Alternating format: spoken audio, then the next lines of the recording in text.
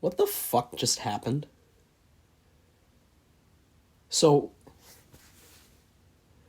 Jaxon Richardson has committed to Alabama. This has happened out of relatively nowhere. We had heard that Alabama was making a push for him the last couple of months. And that even as we were the favorite, they were gonna try, right? But as of this week, we were told he was committing on Thursday and it's probably going to be Creighton. We get to yesterday night, he's still committing tomorrow, it's pretty much going to be Creighton. We get to this morning, it's going to be Creighton. It just gets more and more sure throughout the week. And then he commits to Alabama. And it's not so much the what, it's the how and the why. And we're starting to get some details on the why. And man, this is gonna have some ripples. All right, so let's talk about the who first. So for anyone who really isn't fully up to speed on this, which I'm sure is most fans out there, right? Like I don't think as many people follow the recruiting trails as some folks think. Jaxon Richardson is a borderline 5-star, small forward, 6'6", but I would have guessed he was a little smaller than that, but we'll see. He's played for big high school teams. He played with his brother Jace, with the Boozer twins. They won a national championship. The kid is an athlete. He dunks the shit out of everything. That's kind of his thing. He is the antithesis of a Creighton player in the best possible way. He shoots, I guess, a little more than I thought he did, but which is to say, still not very much. He dunks, he plays defense, he is super athletic.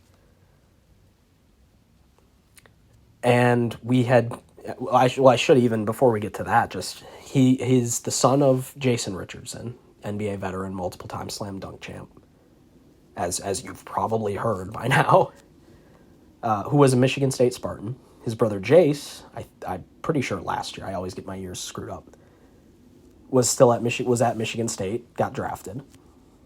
So it's a Sparty family, but I guess they had a bit of a falling out with brass over there, so Jaxon decided to go somewhere else. And you can look at his recruiting in a couple of ways, because in situations like that, like the dad is, like his dad was involved. But the type of schools, right? Because like there's kids who you can tell they just want to go play for Blue Bloods, right? Like their Final Four will be like all of the heavy hitters. And then there's kids who will really prioritize fit. And then there's these other ones who you can almost tell what is going to make decisions for them, right? Because his Final Four were Creighton, Alabama, Ole Miss, and USC. So not exactly traditional basketball powers, but all schools that you could characterize as being, let's call it, benefited by the new NIL rules, right? All schools where I think you say they're willing to throw some cash around.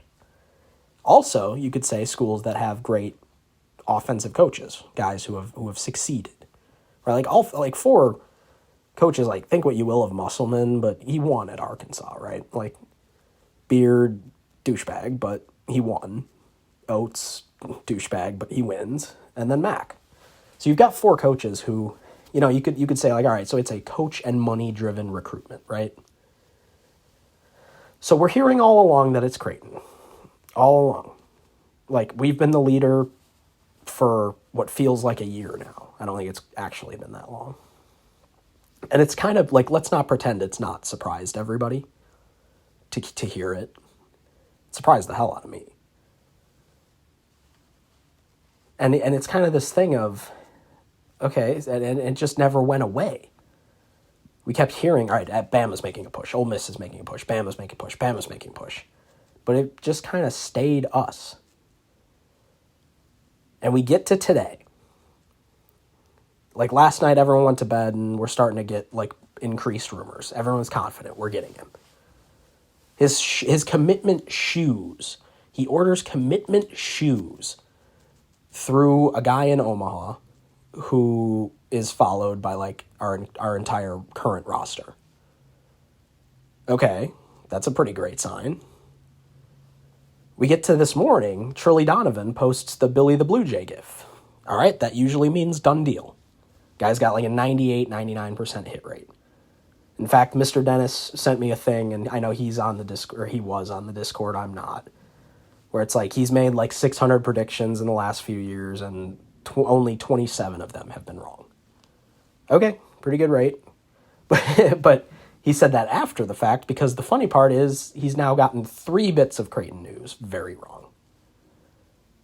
The first of which was Trey Alexander not going to the NBA draft. Right, so that was one of them. He said Trey was going, he ended up not going. Second was Trenton Flowers, the wing from 2 years ago maybe, who ended up going to Louisville instead. And now we've got a third with Jaxon Richardson. So that would have been a kick in the teeth enough. That the fact that no national guy, none of these normal recruiting guys was saying he was going to Alabama. None of them. But then you get Dushan London, whose name will now be infamous in Omaha, and deservedly so, posting an article that says he's committing to Creighton. And I don't just mean like a crystal ball. I don't just mean like a prediction. There are quotes in this article. And I can't wait to find out whether they're made up or not. Because it has Jaxon Richardson speaking in the past tense about his commitment to Creighton. I chose Creighton because of the fit, because I liked their style. These are quotes from the real article that was posted on 24/7, for whatever that's worth. 20 minutes later, he commits to Alabama. And it was weird because I saw O-Trips post a screenshot of that article first. And that's how I saw it, that it was a done deal. And as I start texting people like, oh, yep, looks like it's a done deal. Let's celebrate or whatever. I'm kind of thinking, I'm like, it's kind of weird, if they scooped him. Like, did he not post anything himself yet? Like, usually it gets picked up pretty right away by these national guys. And that didn't happen. Like, it was just a couple of us Creighton guys that seemed to have found out before everyone else. And that was kind of weird. Yeah, 20 minutes later, it wasn't true. Not even 20 minutes. I think it was less than 10 minutes after the article was posted. He's off to Alabama.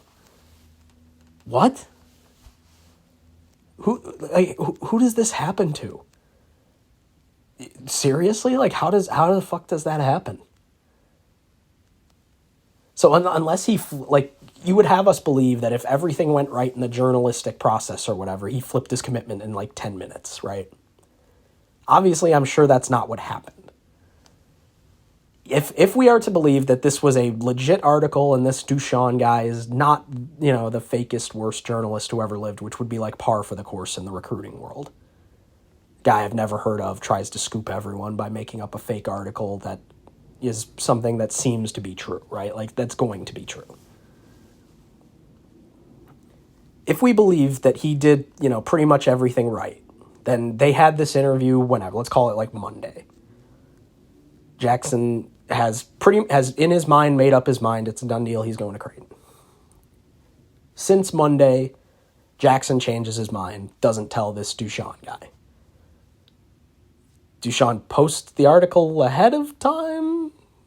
That's a little like, okay, why are you doing that? And just didn't know, so then that's like one mistake of like, why the fuck did you post it if the kid hasn't made it official yet? You're treating something official that isn't. So that's one way this could have happened, right? And they just didn't tell him, and that, whatever. Then you just posted an article too soon, and like, all right, yeah, that's still fucking stupid, but it happens. Or number 2, he just made the whole thing up, and I would not put that past him. Like this, it's honestly like not uncommon at all in recruiting and college recruiting. There are so many of these like fake accounts that just post something. He got hired by 24. Like, it was on 24/7's website. This wasn't like a fake reporter situation to the degree that any of those guys could be considered real reporters, I guess. So of course this happens to us. Of course, like, this fucking situation happens to us. And I said it because I thought, like, oh, maybe we're exaggerating how cold this is or how bad this is. Because, football school, stuff like this happens all the time. Commitments get flipped, National Signing Day, drama, guys throwing people's hats off, right? Like, if I saw a recruit throw a Creighton hat off their head, I would lose my shit, right? Like, that would put my head on Mars. Whereas, by all accounts, this is just a kid changed his mind, right? Like, before, the article probably just wasn't supposed to be posted at all, right? But of course this happens to us. Like, you get Trilly wrong. You confuse everyone in media. You get an article, and like a legit article posted by the recruitment site that says it's a done deal and it's over, and literally 10 minutes later, he's somewhere else. Come on. Like, seriously, are you fucking with us?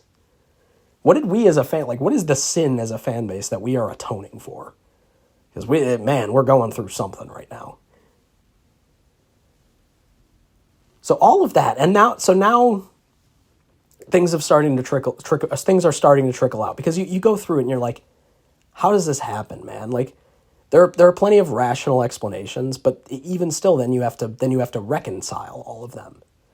So if it's just that Alabama came back, and what we heard this whole time, wherever it was coming from, was Alabama was going to make a better offer. So we thought it was coming, and presumably it had already happened, and it just wasn't enough. And he was still going to come here, or we matched it, and he was still going to come here. So if they did, let's say they literally came back yesterday and said, all right, we'll offer you another $250, come to Bama. Surely if he was Creighton ahead all the time, he would have came back and said, all right, are you guys matching? And then we either said yes or no, right? Like, surely that's what would have happened. And it wouldn't, it'd be one of those things, like, you would have to trust Mac, I guess, in saying, like, if he cut him off at some point and said, like, no, I'm sorry, we can't match that. Our offer is our offer. Or we're not going to play that game. Our offer is our offer. You'd have to trust that. So if you're in that world still where you're like, all right, this was a decision made for money, then it's either we didn't have enough money or we chose not to use it on him. And those are both different things that we would have to reconcile. And that's something we could spend the next few days talking about, but the problem is, it seems like that's not going to be the case. So Joe Tipton is the guy who broke the thing. He's the On3 guy, I think. I don't know, whatever. He does a lot of these. And he posted something, I guess, on their internal servers or something that said, this one really surprised me. Right, like, here, you know what? I'm just going to look and I'm going to see the exact quote he said. I'm rarely surprised in recruiting, but this one surprised me. Creighton recruited him harder than anyone else, and that's where I thought he would end up. Alabama did not make Richardson much of a priority as this cycle went on, but hard to complain when you can land a top 30 level recruit and McDonald's All-American without much effort. Haha. Yeah, haha, Joe. Very funny. Very funny for us. So, it sounds like he just wanted Alabama all along and was using us kind of as bait to string them along. That's the way I read that. And so Bama's top recruiting reporter, Tim Watts, posted on their message boards, still doing some digging on what happened, but this was unexpected on our end. Not sure what got worked out, but Jaxon obviously wanted to be at Alabama really bad. As late as Tuesday, we were told Bama didn't go to see him this spring, have not committed any NIL money, not even a discussion, and that Creighton was all in on him. But we've seen Nate spin some late magic when he wants to. So obviously something happened to fix all of that in the last 48 hours or so. As far as surprises go, snagging the number 27 ranked player in the country isn't a bad one. This was very quiet, and if Bama got a heads up, it was a late one. As of last night, we were not aware of any school having been told. Very interesting surprise indeed. So that's where we're at with this. Bama, by all accounts, didn't even know he was going to commit there. And legitimately may not have had an NIL offer on the table at all.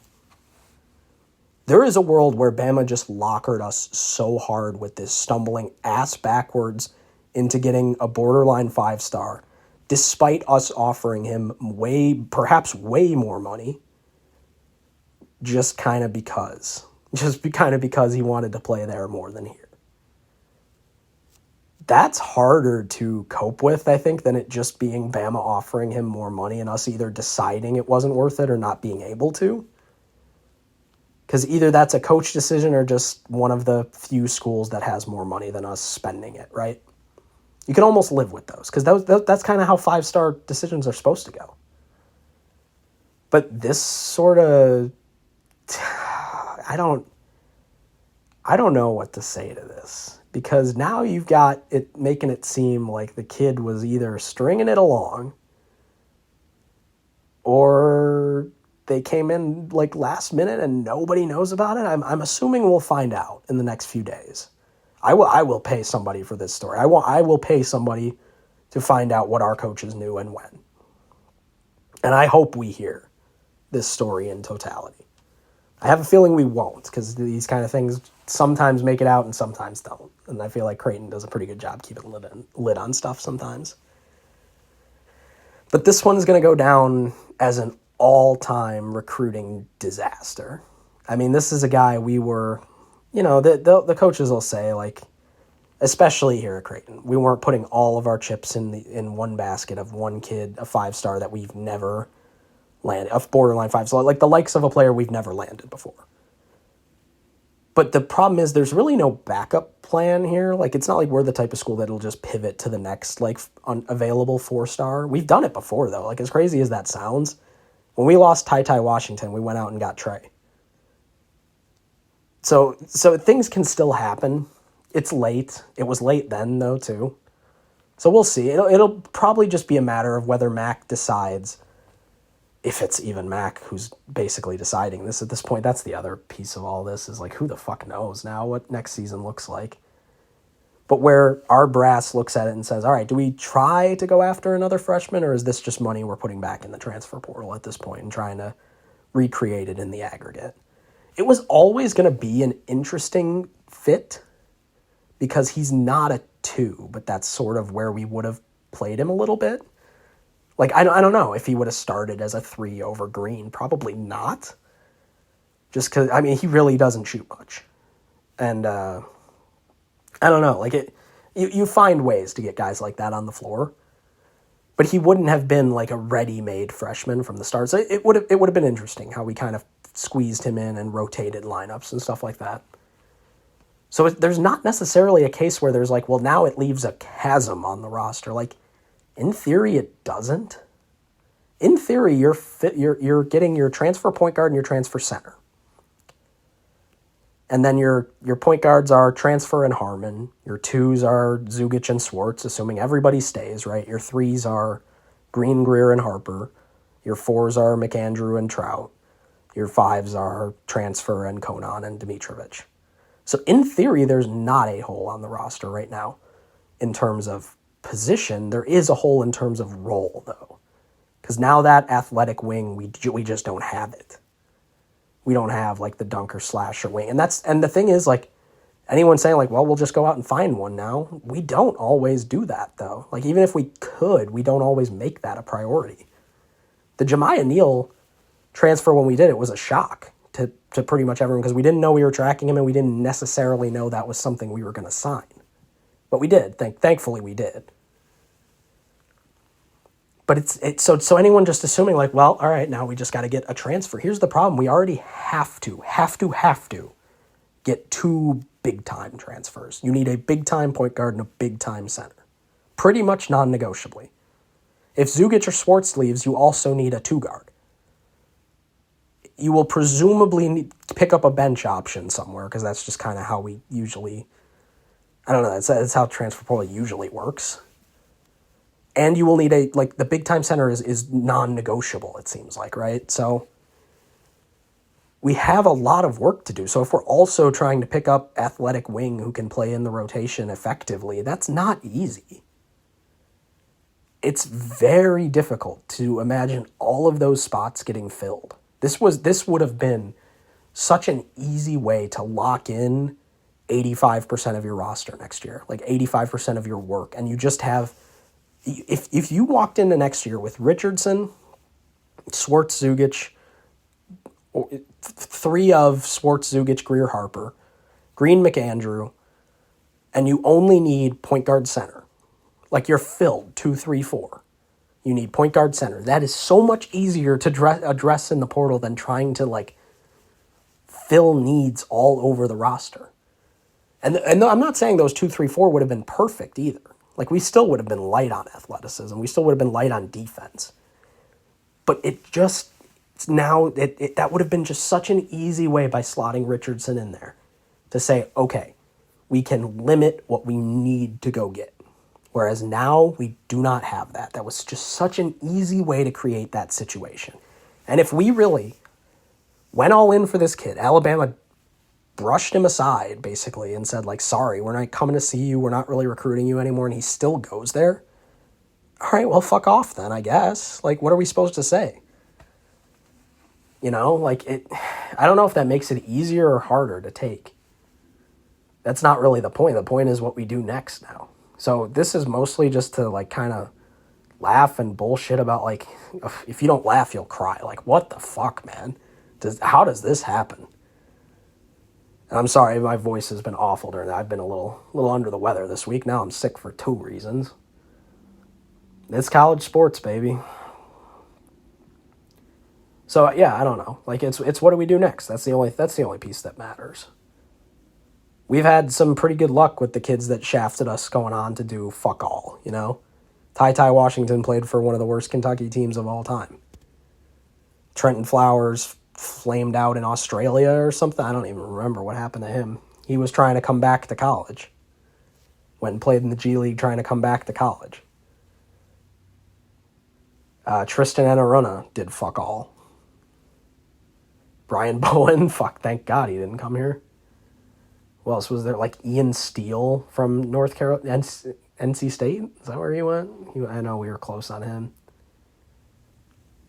Long list of these guys that didn't really turn out to be much. And I'm not saying like, oh yeah, you would definitely be something if you came to Creighton, but Alabama recruited his position pretty aggressively. He's not a guarantee for minutes. They're going to bring in 5 guys out of the portal too. You really want to go there? Okay, fine, I guess. If you want to come crawling back in a few years, we'll probably hold the door open. We usually do. I think he's good enough. I think he'll probably be fine. So it just kind of sucks. It's college sports. It's college recruiting. And you think of it like, yeah, he probably wasn't the guy to be like the savior, bring this program right back next year, or like be the guy cutting down the nets for us someday. Whatever nets, just some nets. But he could have been, you know, like that's the other thing when you're talking about highly projectable players. Like, yeah, he could have been. His brother's in the NBA right now. His dad was in the NBA. Like, he's a top 25 prospect. It's a big deal. It's a big loss. But what can you do? That's college sports. We have to move on. It's just all of the... If this had happened in 2021, like 2023, all right, who cares? We're doing fine. We're still on the trajectory, but it's happening this year. Like, it's the season from hell bit of all this. Like, because, yeah, there was before the season even started, I'm like, all right, that'd be awesome. But, like, we'll probably be fine either way, right? We've got enough guys. We'll be okay. We'll pick somebody up in the portal. We'll be okay. And then this season happens, and now you're, either Mac is either done or you're closer to his end, and you're like, and there's another hit, like, it just keeps coming. So, who knows? We'll see where we go next. A lot of balls in the air. A lot of questions going into this offseason. A lot of questions. And I don't think Mac's even decided himself what he's doing yet. And I think there might come a point this offseason where that is troublesome. But I don't know. I don't know. So that's it. That's it for today. But hey, talk to me because we're going to want to talk about this. Tell me what options. What do we do? Tell me what happened. If you know what happened, let's talk options. What do we do next?